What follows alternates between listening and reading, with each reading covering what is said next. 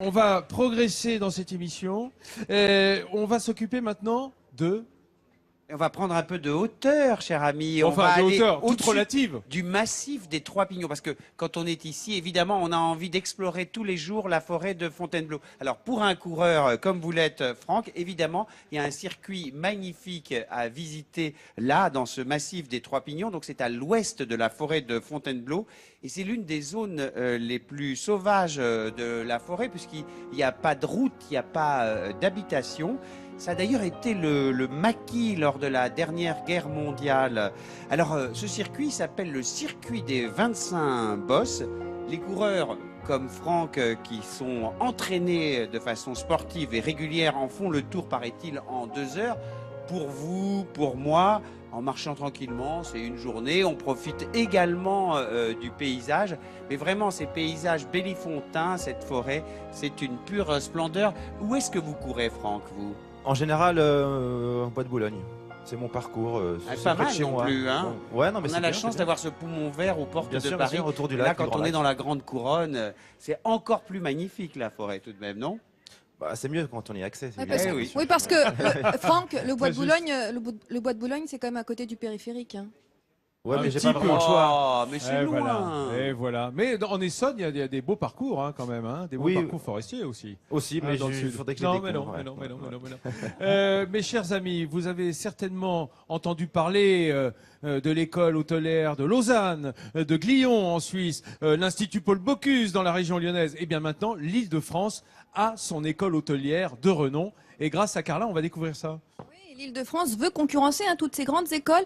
Et justement, en 2015, l'école hôtelière de luxe a ouvert dans le très beau château de la Ferrière. Elle forme des directeurs de palace, des concierges, des maîtres d'hôtel. Tous veulent intégrer des établissements très prestigieux. Mais pour cela, eh bien, ils doivent apprendre les règles, les codes de cet univers. Regardez. Donc le couple arrive de là-bas. Et c'est parti pour le tout premier cours pratique. Au programme, les techniques d'accueil dans un restaurant de prestige. C'est Anaïs qui s'y colle.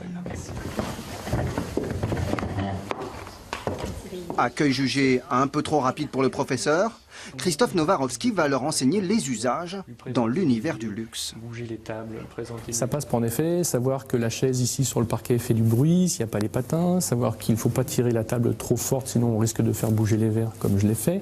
Donc c'est tout un tas de détails qui feront la différence et qui vont apprendre justement. Un étage plus haut, cours d'espagnol appliqué à l'hôtellerie. ¿Cómo lo sabes? Claro, no está en Madrid, pero ¿cómo lo sabemos? Dans 3 ans, ces étudiants devront être capables d'accueillir une clientèle très aisée. Le tutoiement a beau être couramment utilisé en Amérique du Sud, dans les palaces parisiens, il sera proscrit.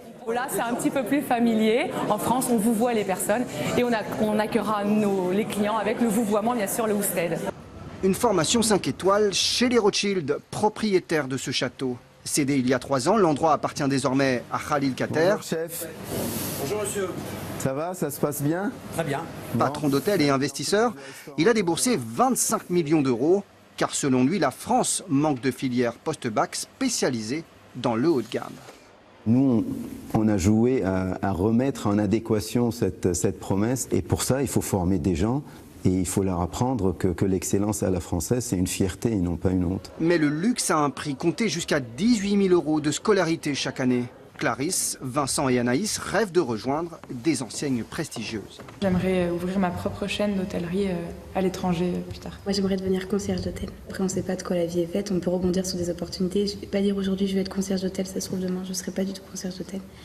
Mais oui, dans l'hôtellerie, c'est un métier où il y a énormément de travail, il y a beaucoup d'offres. En attendant le travail en palace, les étudiants en ont encore pour 3 ans à l'école. Cela devrait suffire pour maîtriser sur le bout des doigts la vie de château. Alors, la formation coûte tout de même 18 000 euros. C'est pas donné, hein, mais c'est le genre de prix pratiqué dans ces établissements. Franck, est-ce que vous aimez, vous, le service très soigné des restaurants Bah écoutez, oui, comme tout le monde, je pense. Hein. Donc peut-être pas le reçu. Hein, Mais si on tant peut. qu'à faire. Oui, bien sûr, c'est un privilège. Après, On apprécie. on va pouvoir se le payer. Voilà, c'est c'est pareil. ça. Sachez maintenant qu'ils seront formés en Île-de-France. Ça fait plaisir. Hein.